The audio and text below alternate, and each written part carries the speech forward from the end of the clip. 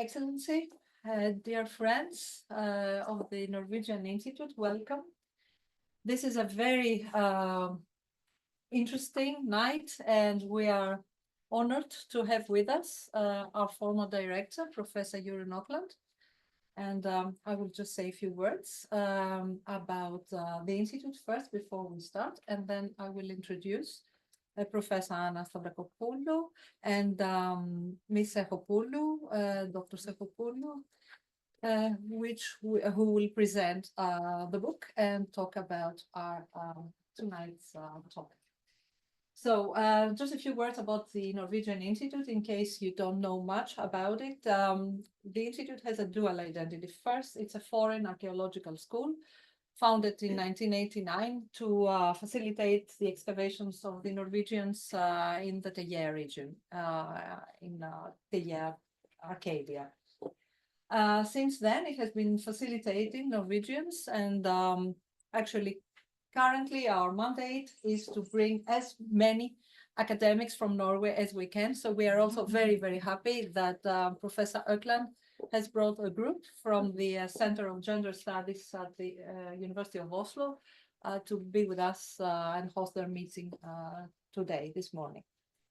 I would also like to say that on behalf of our administrators in Bergen, who are the owners and managers of the Institute at the moment, and my colleagues, Dr. Zafiriadis, Kostas Polisos, and Sofia Christopoulou, thank you so much for being with us tonight. This is actually a follow-up from something that happened during Jørgen's time. It was in 2018, I think May, if I remember correctly, 5th of May, that we launched a series of Ibsen translations at the Parnassos Cultural Center. So this is a different perspective from a research point of view. We're very happy to host Greek research as well, especially combined with Norwegian views on the issue. And Professor Ockland will offer some views in a short while. And I would like then to introduce Professor Stavrakopoulou. Anna Stavrakopoulou studied philology at the University of Crete and theatre, both in France, Paris 3, Sorbonne Nouvelle, at the Institute of Theatre Studies, and at Harvard University, where she got her PhD. Then she embarked on her academic career, teaching at New York University, at the University of Bosporus in Istanbul, and at Harvard University. In the meantime, she served as Deputy Executive Director of the Onassis Foundation and taught as a visiting professor at both Yale and the University of Crete. Since 2003, she has been teaching history and theory of theatre at the drama department at the Aristotle University of Thessaloniki. Furthermore, she's a founding member and part of the faculty team of Harvard Summer Program in Greece, both Thessaloniki and Nafplion, and has served as Associate Director of the Harvard Center for Hellenic Studies, Greece, Nafplion. She has received many grants, both from the Greek State Scholarships Foundation, IKI, Ilex Foundation, and Bogliasco Foundation. She has served as the Vice Chair of the Board of Directors at the National Theatre of Northern Greece. And recently, she served as Program Director of Byzantine Studies at Dumbarton Oaks Research Library and Collection. Very, very honored to have you with us, Anna. I would also like to introduce Dr. Stavrakopoulou. Maria holds a BA and an MPhil and completed her PhD on the reception of Strindberg in Greece at the University of Athens. She has served as a postdoctoral researcher in various research programs and taught as an adjunct lecturer at both undergraduate and postgraduate levels, offering courses on Scandinavian dramaturgy and theatre. She has presented her research at several national and international theatre conferences and has published her work in conference proceedings, collective volumes, and academic journals. Currently, she teaches at the Theatre Studies Department at the University of Athens and the Hellenic Open University in postgraduate programs. So a warm welcome to you, Maria. By the way, I'm Delia Georgiaki, and I'm very happy to offer the floor to Yulu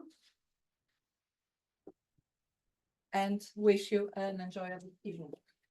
Thank you very much for your nice and great introduction, Delia. During my years in Athens and Greece, I got the impression that somewhere in the city or the country, Thessaloniki, mainland, islands, Athens, there is every week a premiere on a new staging of an Ibsen drama. There are so many stages just in Athens, but maybe the numbers are outdated and maybe the number is lower now. My feeling when I was there was that it kept decreasing, unfortunately. But in any case, for Norwegians, the numbers are still almost incredible. Yeah, because everything is relative. And don't forget to take into account that we are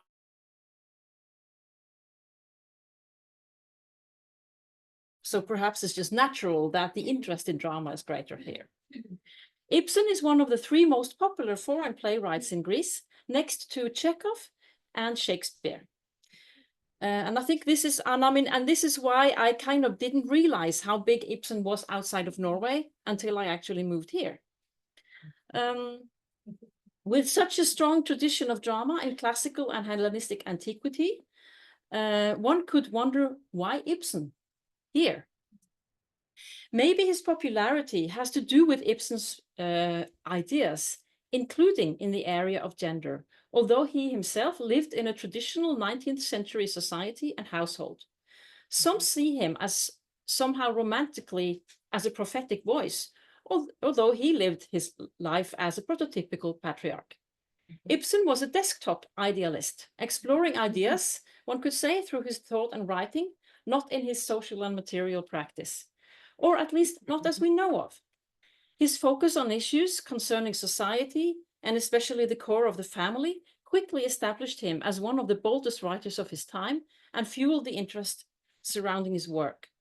The questioning of the institution of marriage, the demonstration that sins of parents educate children, the highlighting of political and journalistic mechanisms as enemies of social well-being, his constant attacks on hypocrisy and propriety, the demonstration of the family as an obstacle to happiness, and even survival of children or the new generation, the questioning of the duality of love relationships. These are some examples. Yet, Ibsen understood himself as a humanist, not as a feminist, but he was clear that humanity also included women. Unfortunately, this has not always been as obvious as it sounds.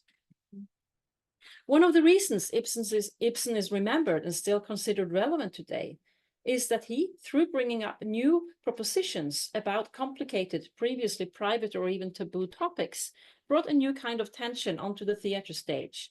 Issues of gender, sexual abuse inside the family, venereal diseases, and other matters that were considered private inside the home and beyond public debate and problematization. Ibsen's criticized targets were bourgeois institutions and outdated mores. His work often cast a wary eye on the ways in which people prove almost triumphantly capable of dividing and dominating one another. But he also emerged within an embedded context. As I have written elsewhere, Norway and Greece gained independence almost simultaneously in 1814 and 1821, respectively. But within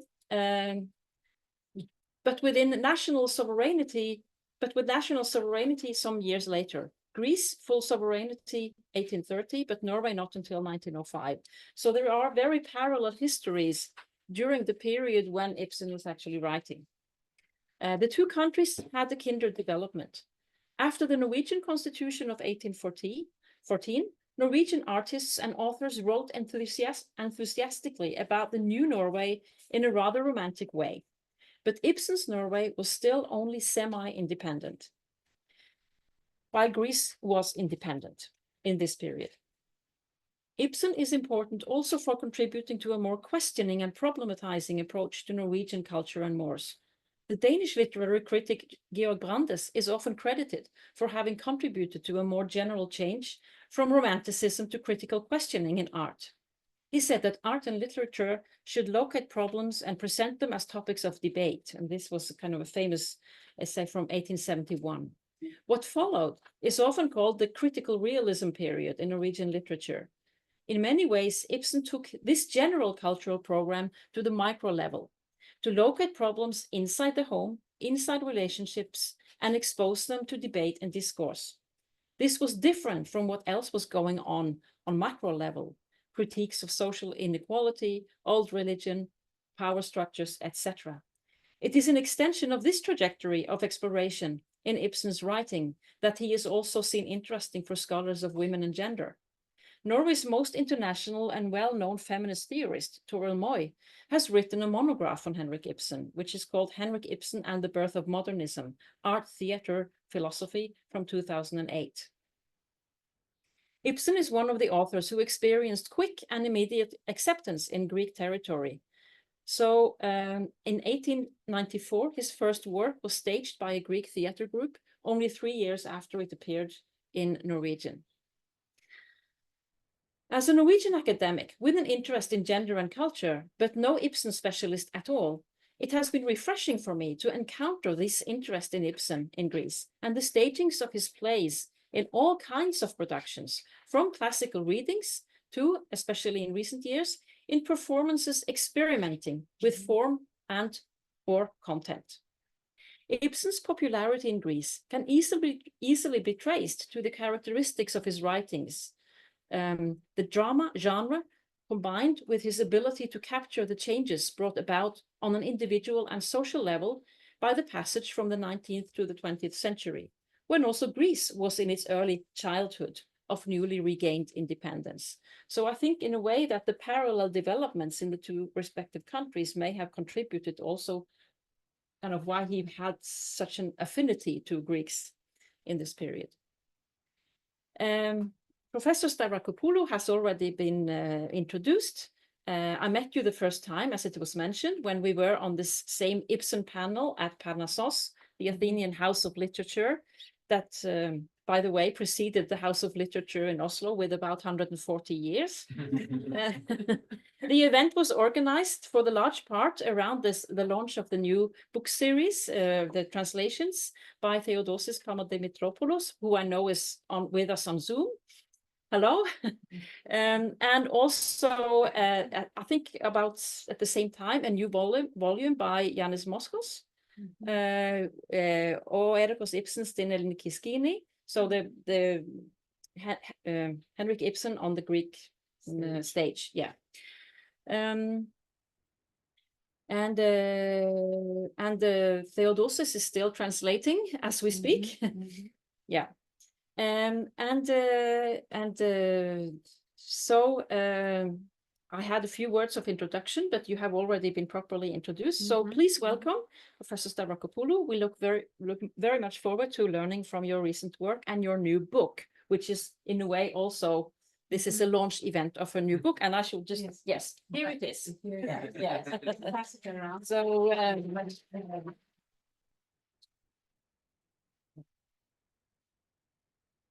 it's a book on, it's a reception study, a reception history of Ibsen in Greece.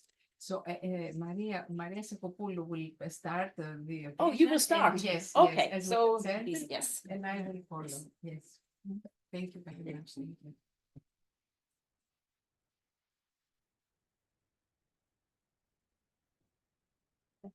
Good evening, and thank you for being here. I'd like to start by expressing my appreciation to the Norwegian Institute at Athens and the Center for Gender Research of the University of Oslo for bringing us together tonight. It's a real pleasure to have the opportunity to share insights on Ibsen's reception in Greece, particularly through the fascinating lenses of gender and translation. Today, I will present Anna Stavrakopoulou's in-depth study on the reception of Henrik Ibsen in Greece. Her work explores gender perspectives and the challenges of translation, which have shaped how Ibsen's plays were received and interpreted in Greek theatre. Anna Stavrakopoulou, as you already heard, is a professor of theatre studies at Aristotle University of Thessaloniki. For over a decade, she has taught Ibsen's realistic dramas, while also researching the dissemination of his dramaturgy. Following in the footsteps of Nikiforos Papandreou, who published the seminal book Ibsen in Greece in 1983, and Yannis Moschos, whose comprehensive dissertation Henrik Ibsen on the Greek Stage was published in 2016, Stavrakopoulou's book adds valuable depth to the growing body of Greek studies focused exclusively on Ibsen. What sets her work apart is its comparative approach, which explores previously unexamined topics. In her preface, Stavrakopoulou outlines two key research goals. First, she aims to examine how notable Greek women responded to Ibsen's views on marriage and the role of women within it. Second, she seeks to explore how prominent Greek translators approached Ibsen's work. To address these two goals, Stavrakopoulou didn't limit herself to previous Greek scholarship. Instead, she drew on the vast body of international Ibsen literature, proceeding with the belief that across Europe and globally, the performances and readings of Ibsen's plays marked a turning point not just on stage, but also in society. The volume is divided in two sections. The first part, which consists of 2 chapters, focuses on the first question, which is gender-related. It begins by exploring the reactions of selected intellectual women in Greece. From there, it shifts to a comparative assessment of 2 studies that examine 6 of Ibsen's most famous female characters, Nora, Mrs. Alving, Hedvig, Rebecca, Elida, and Hedda. In the first chapter, Stavrakopoulou examines 3 distinct cases covering 2 phases of Greek feminism, the late 19th century and the interwar period. The first figure, Kalliroi Paren, who lived from 1861 to 1940, belongs to the earlier phase. She was a pioneering feminist who expressed her views through her literary magazine, The Ladies' Newspaper. In her writings, Paren supported both equality in difference and patriotic motherhood. According to Stavrakopoulou, some of her ideas aligned with those of Ibsen.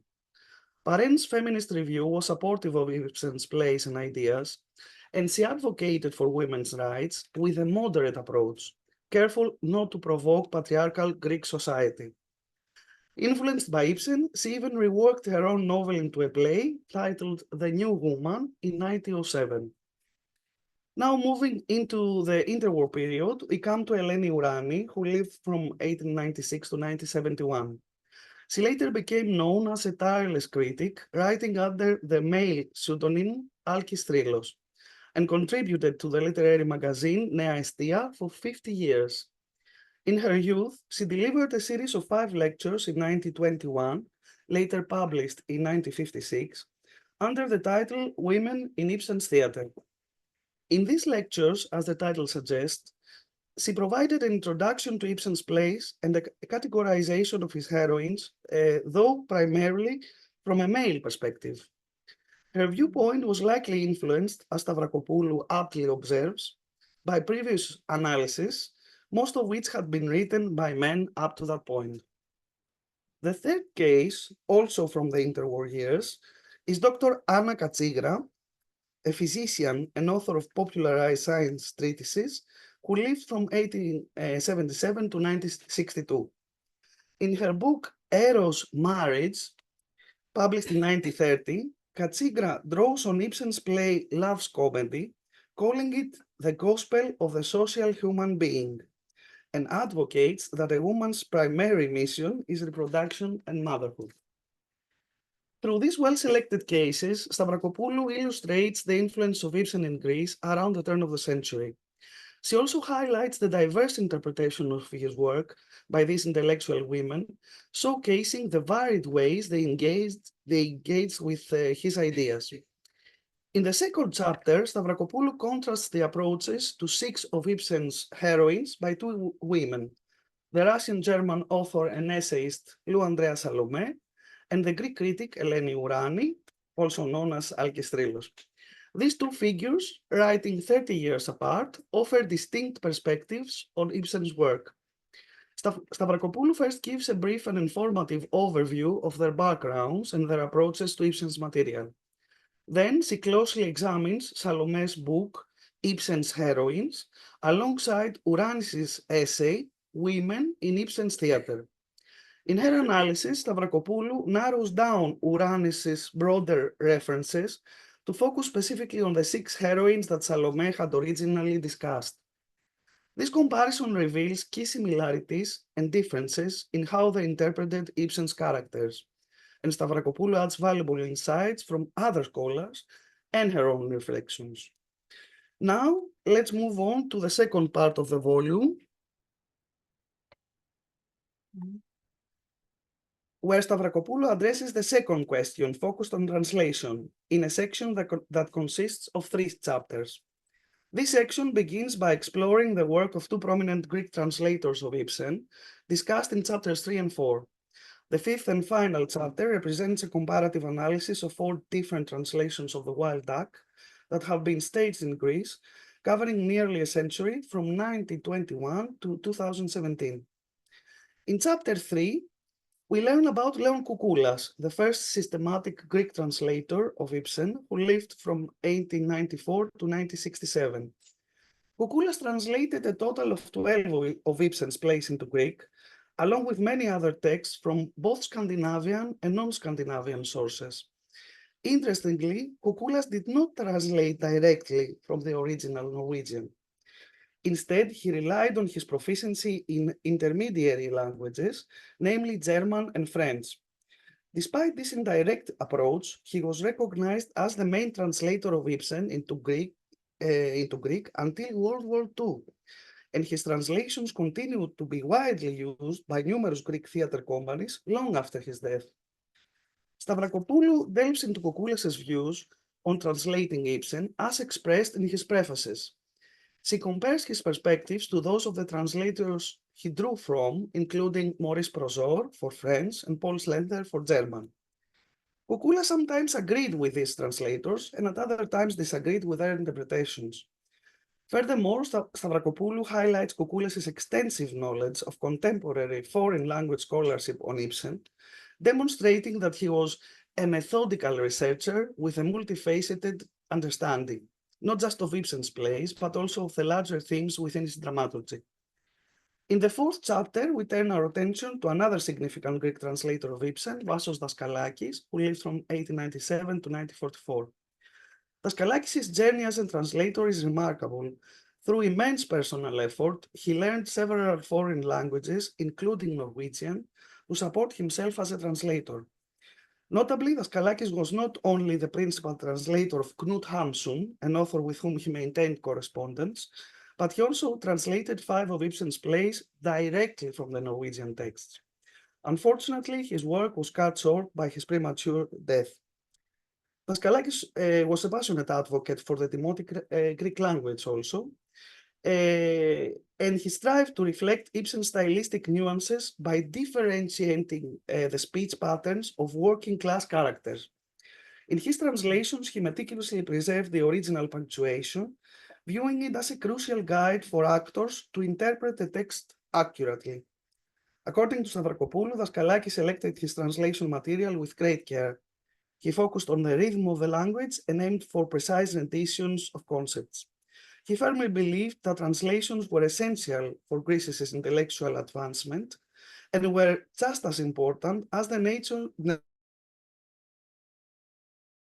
nation's original intellectual contributions. As a result, Daskalakis was particularly critical of the shortcomings found in the translations of his predecessors, like Koukoulas. He noted that Koukoulas' work often suffered from inaccuracies that arose from relying on intermediary languages. Daskalakis' dedication to accuracy and style highlights his significant contribution to the translation of Ibsen's plays in Greece. In the extensive final chapter of her book, Stavrakopoulou shifts her focus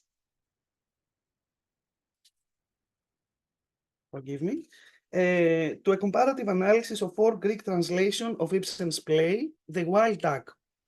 This analysis spans nearly a century and aims to map out the translational choices associated with significant stage productions of the play over time. Notably, Koukoulas' initial translation was never performed, while the other 3 translations by Daskalakis, by Karanastasis and Bandis, and by Tarlow played integral roles in memorable theatre productions. Stavrakopoulou's examination goes beyond just the translator's approaches to the play and its characters. She also provides key observations into their linguistic choices. Furthermore, she enriches her analysis with valuable information about the performances that accompanied those translations, drawing parallels to other notable translator-director collaborations, such as Peter Hall and Inga-Stina Eubank. To illustrate her findings, she includes a comparative table showcasing selected excerpts from the 4 Greek translations, alongside the original Norwegian text from 1884, and Archer's English translation from 1918. This visual representation helps clarify the differences and similarities in the translations. Interestingly, unlike adaptations of Ibsen's plays in other European countries, such as Italy, whereas Giuliano D'Amico has noted the plays were modified to resonate with Italian audiences, there was no attempt to Hellenize Ibsen's work to fit the mentality and customs of the Greeks. However, this doesn't mean that fidelity was always prioritized. There were instances where compromises were made in the name of facilitating understanding for the theatrical audience, particularly in more contemporary translations. Stavrakopoulou's thorough analysis not only sheds light on the evolution of Ibsen's translations in Greece, but also emphasizes the dynamic interplay between translation choices and the cultural context in which these works are presented. To conclude, the volume's appendix offers 2 essential reference texts that have been thoroughly discussed in earlier sections: Ouranis' essay, Women in Ibsen's Theatre, and Daskalakis' essay, Ibsen in Greek. These texts serve as valuable resources that further enrich the book's exploration of Ibsen's reception in Greece. Through a comparative perspective that examines these topics within both Greece and other countries, Stavrakopoulou offers significant insights into 2 major themes: gender and translation, as they relate to Ibsen's plays. By adopting a contemporary lens, she brings fresh understanding to these topics, making her analysis particularly relevant for today's readers and scholars. Importantly, this is the first book in Greek that approaches Ibsen through a gender perspective, marking a milestone in Greek scholarship on the playwright. Additionally, the book engages with the latest international research on Ibsen, creating space for a multicultural exploration of the factors that shaped his reception in Greece. In essence, Stavrakopoulou's book not only contributes to the ongoing dialogue about Ibsen's legacy, but also paves the way for future studies that examine the intersections of gender, translation, and cultural context in his plays. That was my overview.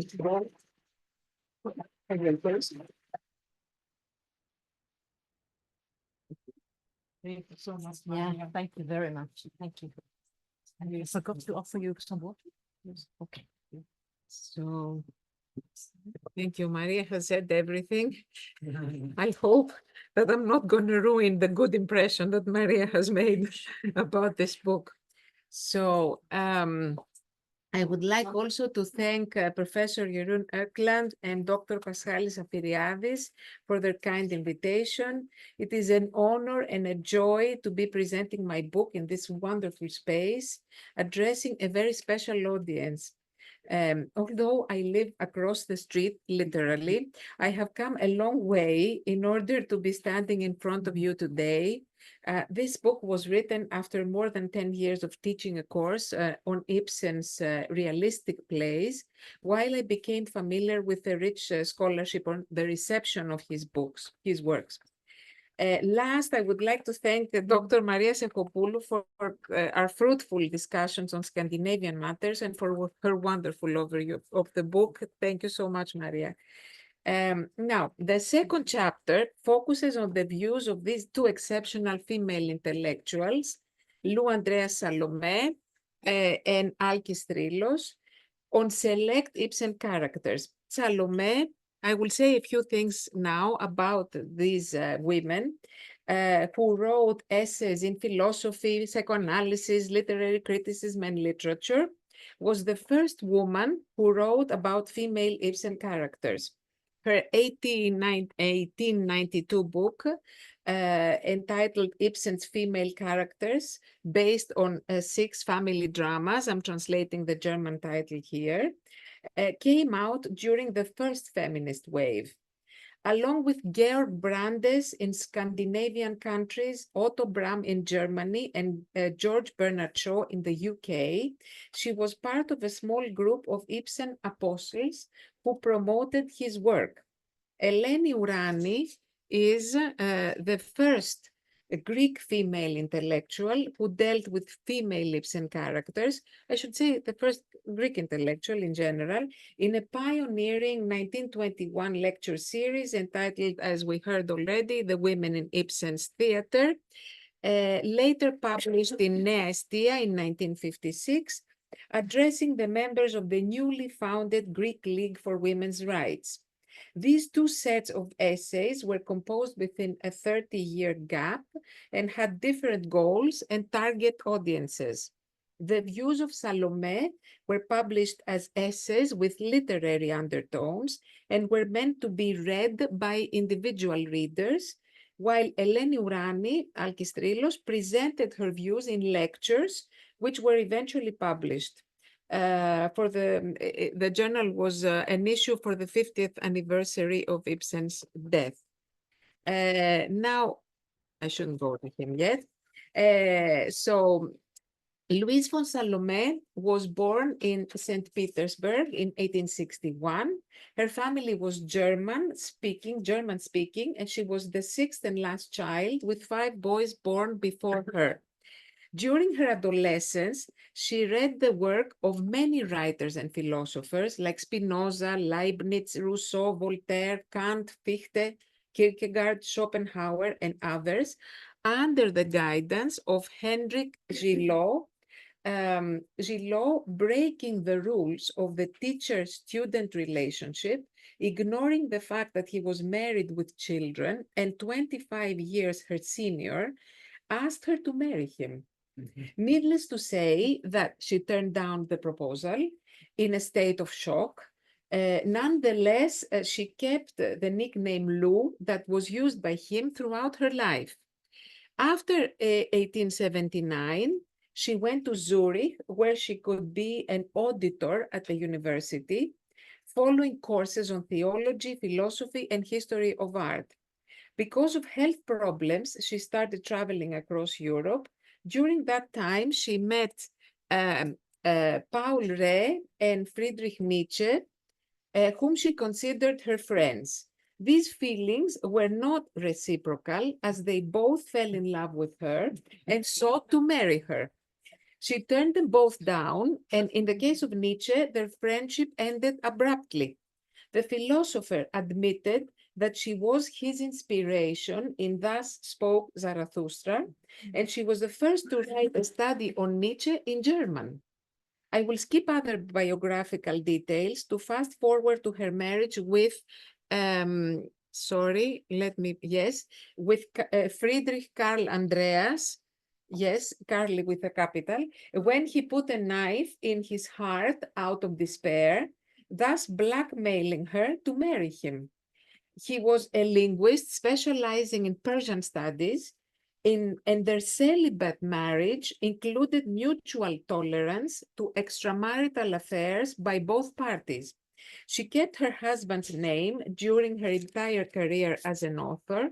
From the beginning of the 20th century, she started being interested in psychoanalysis. In 1911, she met Freud, and she started spending time in Vienna. And here I have their correspondence was published. So in Vienna, she became a member of the Psychoanalytic Society. After her return to Göttingen, which was her base in Germany, she worked as a psychoanalyst, and she wrote essays on all kinds of topics, including narcissism and female sexuality, just to give you an example. Now, Alkistrillos, yes, I'll get to that. Alkistrillos, I will use a self-presentation by the author here that was included in her correspondence with a friend of hers in Thessaloniki. She writes, I was born in Athens in 1896. studies unmethodical. It was the time when the girls did not attend school systematically. I was homeschooled. As I did not follow any program, I could work on whatever I fancied. My first literary expressions were theatrical. Then I was attached to criticism. Why and how, I don't know. I equally don't know why I chose a pen name and why I chose the one I chose. Did this combination of dynamism with fiction? So here is the pen name, Alkis Thrylos. Alki means strength, and Thrylos is legend, fiction. Fascinate me, so she says, the moment it sprang within me, possible. I don't remember, I don't know. I have often wondered without being able to specify the motive. Despite the fact that Eleni Negreponti, which was her family name, was born and grew up 35 years after Lou, no, here not yet, after Lou, they coincide in terms of social class and financial ease, which contributed to the education they both got at home.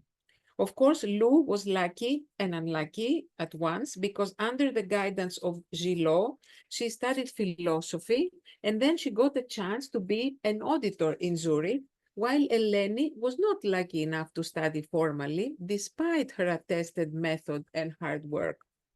Another difference lies on the fact that Lou wrote prose and essays, while Eleni set off as a promising young dramatist with strong Ibsen influences, and then she turned to criticism, as Maria told us, keeping the column of theater criticism in Nea Estia from 1927 until 1971. Last, regarding the use of a male pen name, Lou used Henry Lou only for her first work in The Fight for God, which sold a lot of copies. Most of the copies were sold in this case. But for the rest of her publications, she just used Lou Andrea Salome with her husband's name preceding her name. Eleni concocted Alkis Thrylos when she was 19, involving strength and fantasy, and used it for the rest of her life. Last, one should remember that in the 1920s, she was an active member, Eleni was an active member of the Greek League for Women's Rights, and she was even running the journal of the society entitled Woman's Struggle from 1923 to 1926.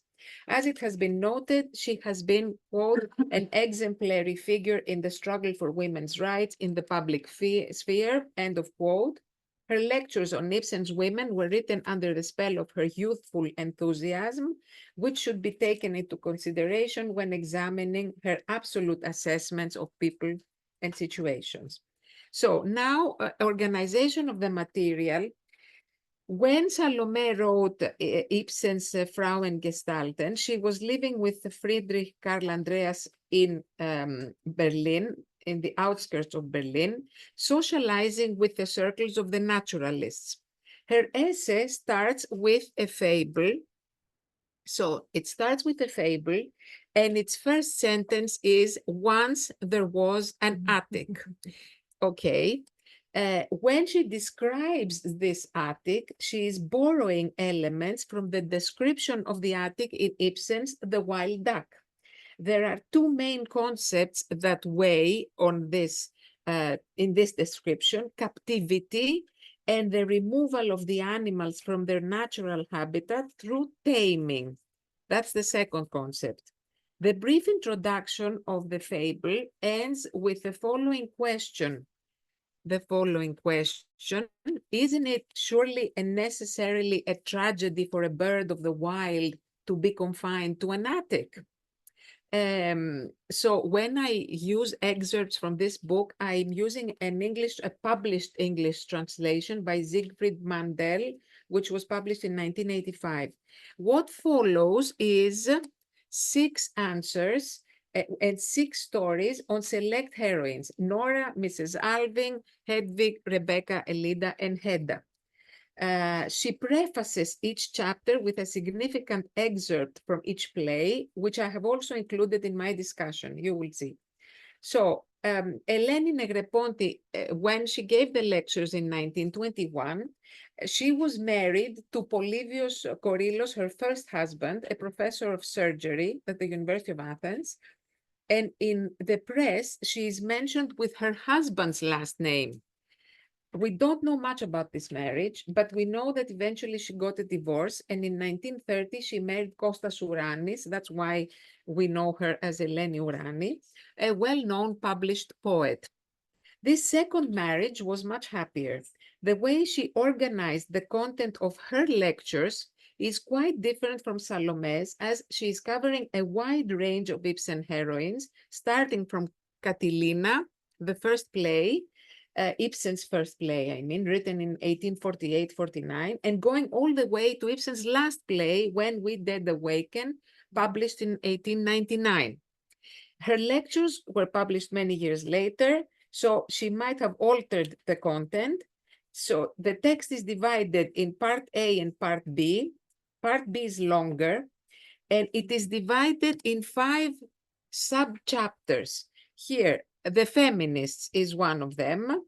The women who understand a man, love him and support him. Women who had the same possibilities as the above category, but who sacrificed their love. Then we have the women who desire men only sensually. And last, the petty women who are dragging their feet without ideals. So this last category has a detrimental effect on men. For the purpose of my work, it is important to stress that all 6 female heroines that we will talk about, that I discuss in my chapter, have not been classified under any of these categories. But she presents them with all the particularities and nuances that qualify them. So from the 6 female leads, I will now focus on the first and the last. I'm not going to tire you with the 6, and I'll try to be as fast as possible.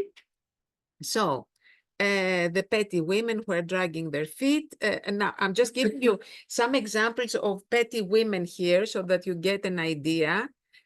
Many varied characters, they are under this category. You can see here. So let's go now to A Doll's House. And for maybe some people do not know the plot, so I'll describe the plot very briefly for you to follow, for all of you to follow. So the quote that Salome chooses is, "After all, it is splendid to be waiting for a wonderful thing to happen." That is, Nora says that towards the end of Act 2, talking to Mrs. Linde. In A Doll's House, written in 1879, Ibsen presents in 3 acts a critical moment in the life of Nora and Torvald Helmer. They say Nora, I know, in Norwegian. Sorry, I use the English pronunciation, who at the start of the play are rejoicing because the husband has just gotten a promotion at the bank. However, previously, Nora had forged the signature of her father, unbeknownst to her husband, given that women could not sign any financial documents, in order to borrow money for a trip abroad that was vital for his frail health. Her lender is blackmailing Nora, asking that she put pressure on her husband to hire him as an employee at the bank so that he does not reveal their previous clandestine transaction. In the last act, the couple comes to a great rift because of the revelation of past events, with the husband putting his honor above his wife. And while the danger of social ostracism finally subsides, Nora refuses to remain in this relationship and leaves her house, abandoning her husband and children because he is now a stranger to her. For Salome, the play, so the way Ibsen sets the play on Christmas Eve, with all the sweet anticipation of this holiday, with gifts and many pleasant surprises for children, is related to the fact that Nora is a child. The love that had bonded Torvald and Nora is the love and adoration of a child for her father, she says. Her husband represents to her all that is good and noble, as does a father in the eyes of a child. She gradually realizes that her relationship with Torvald is not one of equals. In the essay, Torvald is presented as a smug adult who enjoys the image of Nora humming as she decorates the Christmas tree with colored ribbons. Then she says the small lies that she tells Torvald are the first unconscious expression of protest against her father and husband, both of whom have kept her in bondage to childishness and ignorance. After her painful awakening, a new, strange, strong human being is born who is no longer kneeling, nor enslaved, nor able to be deceived. Nora stands at the entrance into the unknown vastness of life, which opens darkly. So, as it has been pointed out, Salome today here frequently entered into close relationships with men who had a fatherly role towards her. From the pastor Gillot to her husband Karl Friedrich Andreas, this condition did not only characterize some of the author's relationships, but has a common dynamic in couples in the second half of the 19th century and beyond. Her analysis emphasizes the dead-end dynamics between the two spouses that prevented them from developing both individually and as a couple. So now I will go to, yes, okay, we said that. Now I go to Thrylos to share some of her views on Nora, which there are similarities, of course, which relate also to the parameters set by the play itself. So for Thrylos, Nora is a drugged personality that wakes up. She is unprepared to undertake the sacred task of raising children. Her husband wanted her only to make his home pleasant, to sing to him and dance for him and to caress her. So Thrylos considers the relationship also to be a father-daughter one. So to continue with her quotes, Ibsen likes Nora, she says, admires her, respects her effort to develop her individuality, her determination and boldness. He approves of her escape from the house of lies, but he does not seem to trust her. Now, this is Thrylos who says that, of course. He does not seem to trust her. At least he does not convince us that we must trust her. How will the unprepared Nora cope with the rough and tumble she will encounter? We suspect that, desperate and broken, she will seek to return to the man she now despises, as if to a last refuge. How much safer would her creator feel about her fate if she left with a man she loved? Now, she puts her words in Ibsen's mouth. You understand this? He himself, Ibsen, was horrified when he realized what impetus Nora's message gave to the women's emancipation movement. Okay, so now, yes, the devastating ending of the play, with the heroine leaving her children, is characterized by both as ominous. Much ink has been spilled about this end in West and East. In fact, the ending of A Doll's House is still troubling. In 2017, an award-winning American author, Lucas Knapp, wrote A Doll's House Part 2, set in the Helmer's home 15 years later. The four persons now of this play are Nora, Torvald, her nanny, Anne-Marie, and her daughter, Emmy, who is the youngest of her three children and the only girl. Nora, who is a successful feminist writer, returns to finalize her divorce with Torvald. They are all bewildered by her unexpected return, and in one of the play's central scenes, she is confronted by her daughter, who is about to get married, and who condemns her not only for abandoning them, but also for coming back, given that they had spread the word that she had died to avoid public outcry. As much as the USA in 2017 has taken a conservative turn compared to previous decades, like the 60s or the 70s, with all the social demands, the women's movement, the reaction to the Vietnam War, it is still among the most advanced and liberal societies, when even there, 138 years later, after A Doll's House premiered, Nora is still on trial for leaving a dysfunctional relationship when her daughter emphatically states that she thinks it's good to be stuck in a marriage. The reservations of Salome and Trilos about the bleak landscape towards which Nora marches, leaving on a winter night, are perfectly understandable. So now we'll go to Hedda. Let me make a break. I hope I haven't tired you. I'm okay with time. I'm out of breath.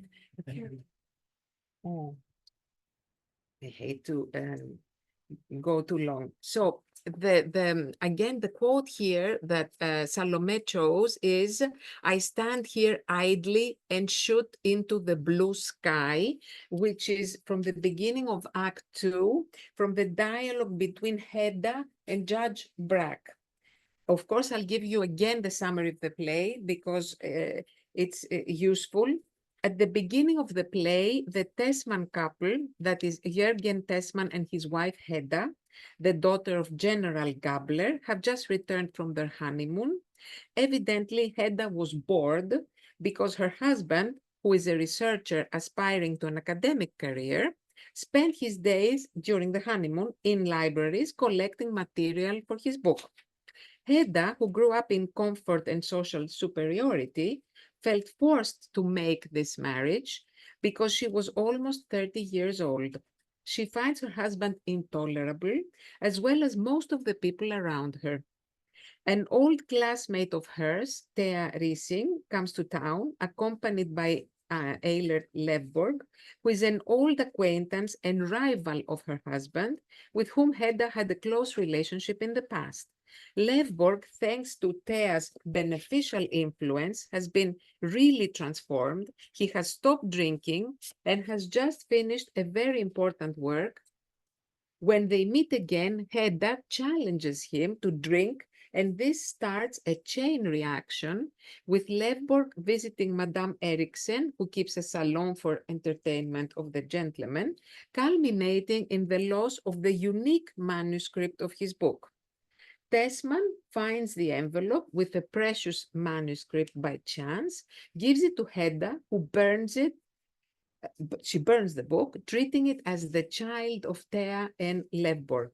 When Levborg visits her in despair, she gives him one of her father's 2 guns and prompts him to stage a nice death. Levborg does kill himself indeed, not as nicely as Hedda would have liked. Upon hearing of this death, Thea and Tesman decide to rewrite this book from the notes Thea had kept. When Judge Brack, who aspires to become Hedda's lover, blackmails her by telling her that he knows the gun was hers, Hedda kills herself, escaping for good from her oppressive life. So, now I am going to share with you some of the quotes by Salome on Hedda. She says that there is a lack of inwardness and the capacity to develop lack of capacity to develop. Hers is a poverty-stricken soul.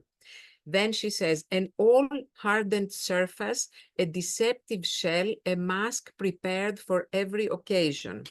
She resembles a clawing wolf within a sheep's skin, near childish, spiritual, and moral immaturity, with petty whims that reduce everything near her to the value of toys, an all too early decayed autumn. Very scathing, as you can hear.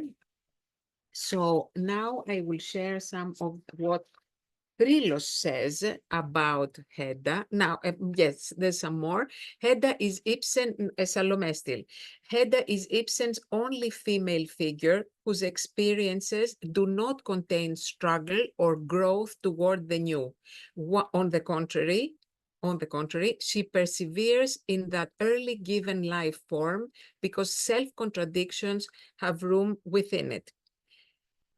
She spends some time discussing Thea, Salome, and she says, Thea is one of the most modest and least wild-natured or freeborn, and her qualities lift her uniquely into high relief against all pleasure seekers and illusion-filled characters. Yes.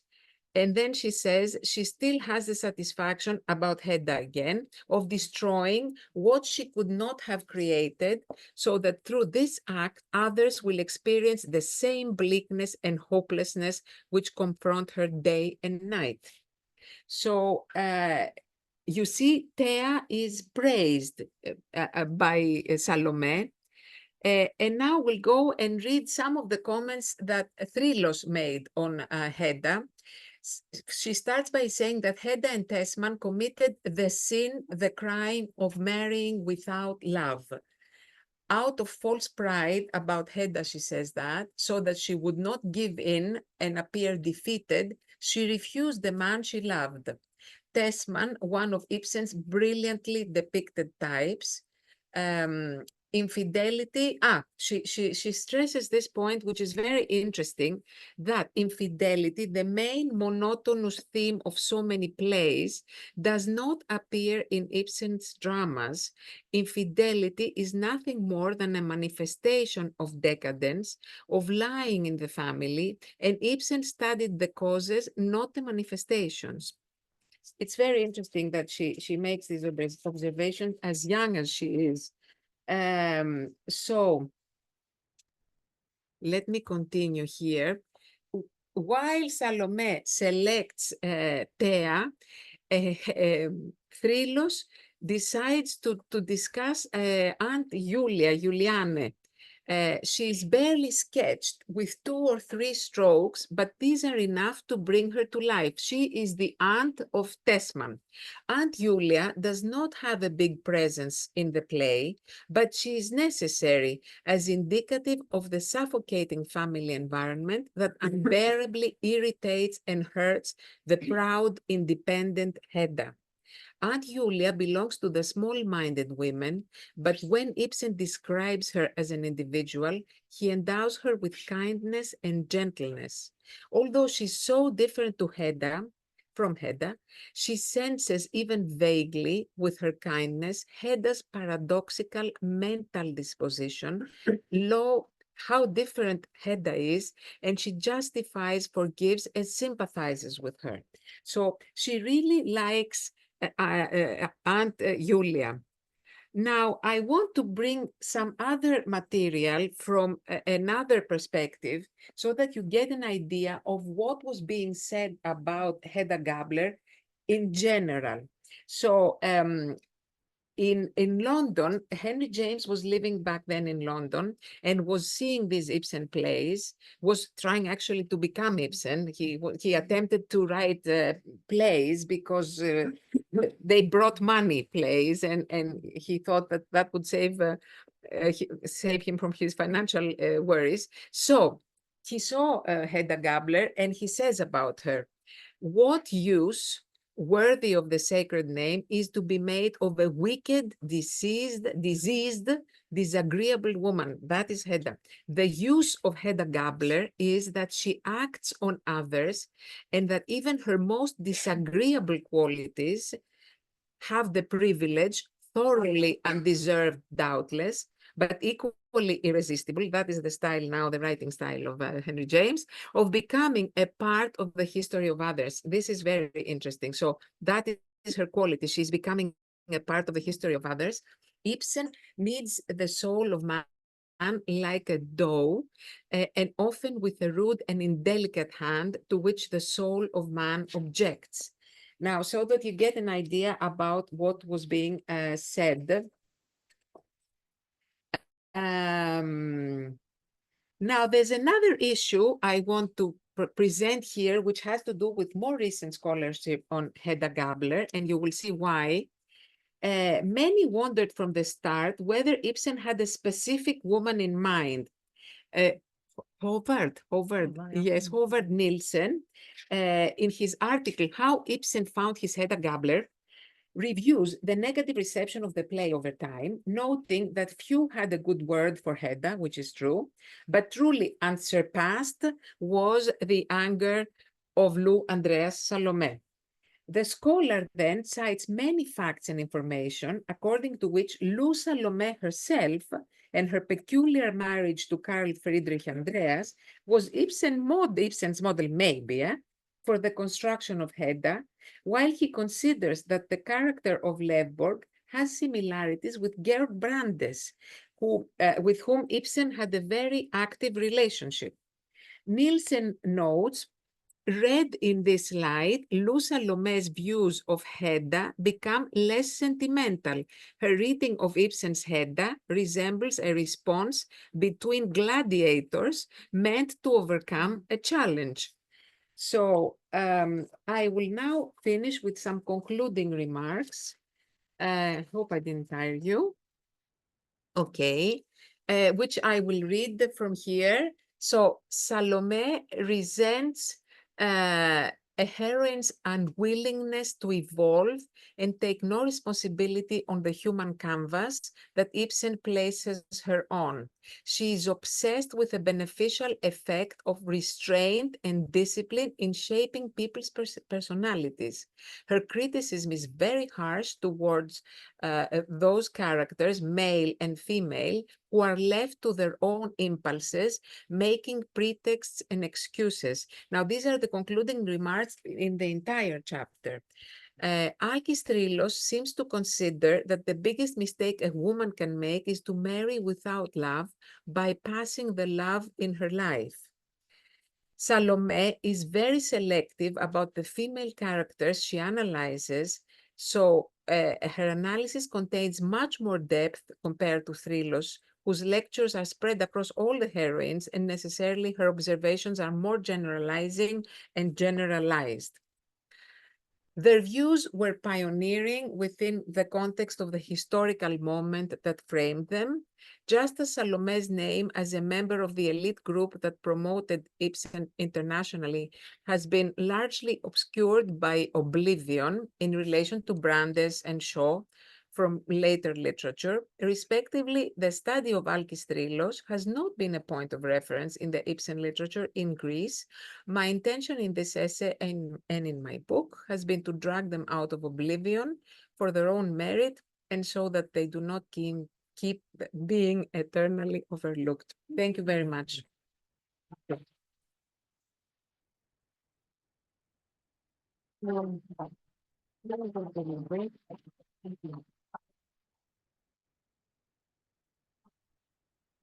Thank you very much. Thank you so much for this wonderful presentation and the wonderful book. I don't think there are many copies here tonight. There are two copies, but we can pass them around. Yes, they have been passed around, but I think for those who would like to buy the book, you will have to go to the shop. So there is no book sale here. Yes, exactly. And it's what is so wonderful with this work is that you present also early female readers. The reception, not just the reception of Greece, but the reception of early female readers of this work, and then readers who also read other things, but are deserve much more attention. So thank you so much for that. Thank you. Do we have time for a couple of Q&A comments and questions? Yeah. So the floor is open. Please. Yes. Thank you very much. Very interesting presentation. I just had a thought, did maybe Alkis Trilos know about Lou Salome? Did they have a connection in between?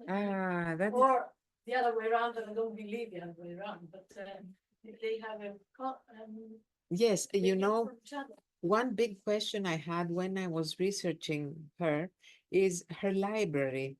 And despite the fact that this Eleni Urani, her library and her books, and despite the fact that all her fortune went to the Academy of Athens and there are awards, etc., nothing is left. Nothing. I don't know where her books are. So I was not able at all to locate the things she was reading when she was writing all of this. And since, unlike Salome and others, she does not make any references to the bibliography that she was using, she was certainly using books. We do not know. I cannot tell you. But Urani's mother was a German woman, so she was fluent in German. So I'm sure she was reading German things in German. Yes, yes. But you know, this is just a speculation. Unfortunately, we don't have anything. Maybe I don't know where her books went, which she must have had a huge library. Disappeared in thin air, vanished. So yeah, it's very sad because there's a whole trust within the academy that gives awards. I mean, her fortune is being used and the interest is being used for awards annually, but nothing is left. It's yeah, very sad.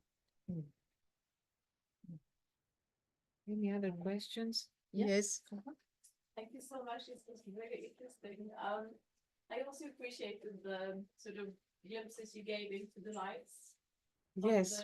of the women that you talked about. And I mean, this is speculation, but what do you make of the sort of relationships between their own lives and their investments in the area? Yes, I say a lot more in the chapter. I tried to condense everything. But as you saw, I mean, in the example of Hedda Gabler, I don't know whether the scholar is correct. This is just a hypothesis.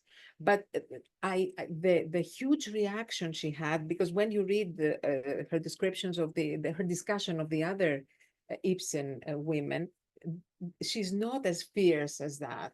This whole intensity tells me that there was something very personal there. And of course, I'm not saying that she was like that, but there was something that really made her rebel. In the case of Urani, you can see comments. I mean, she has all kinds of things in there. They're very extensive, the lectures, the text that we have now.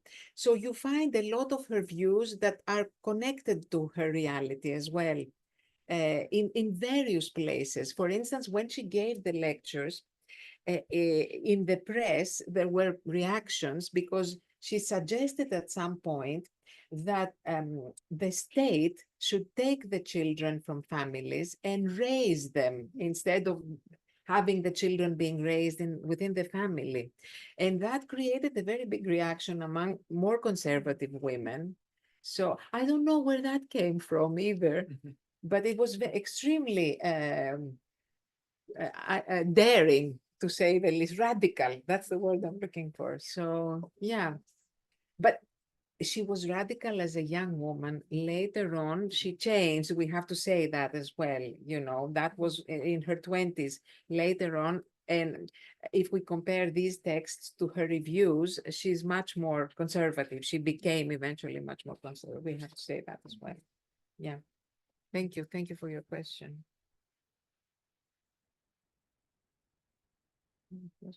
I have a question about Yes. Thrilos. Yes, of course. And why why did she use this? This was a kind of a pseudonym, or Alkistrillos. Yes, Yes. Why? yeah. Well, clearly because I think she felt that this would make her career easier. And I think there were people who did not know that she was a woman.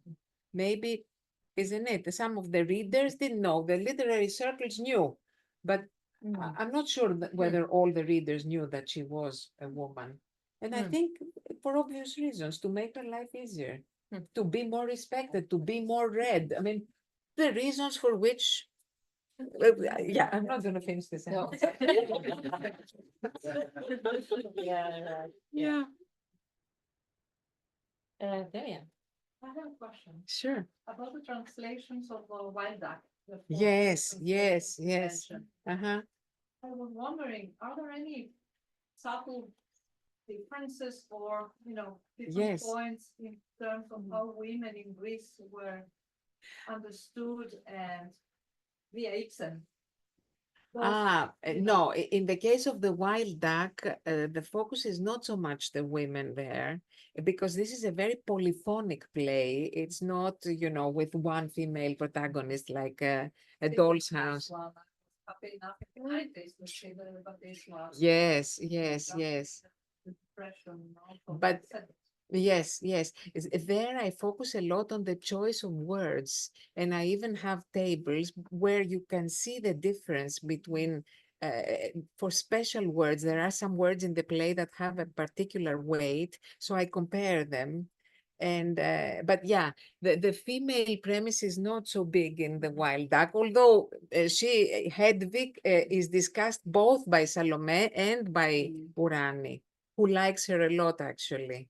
She thinks she's one of the best possibilities or issues, cases in Ibsen, Hedvig, who dies, of course, yeah, paying for her father's mistakes, but yeah. Mhm.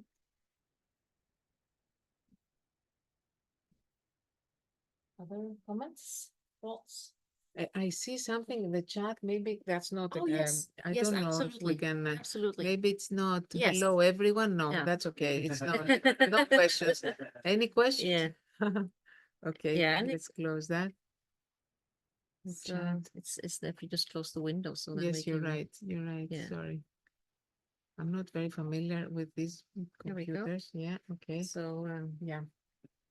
okay, but if there are no further questions or comments, we can. Thank you very much. I think. Thank you very much. I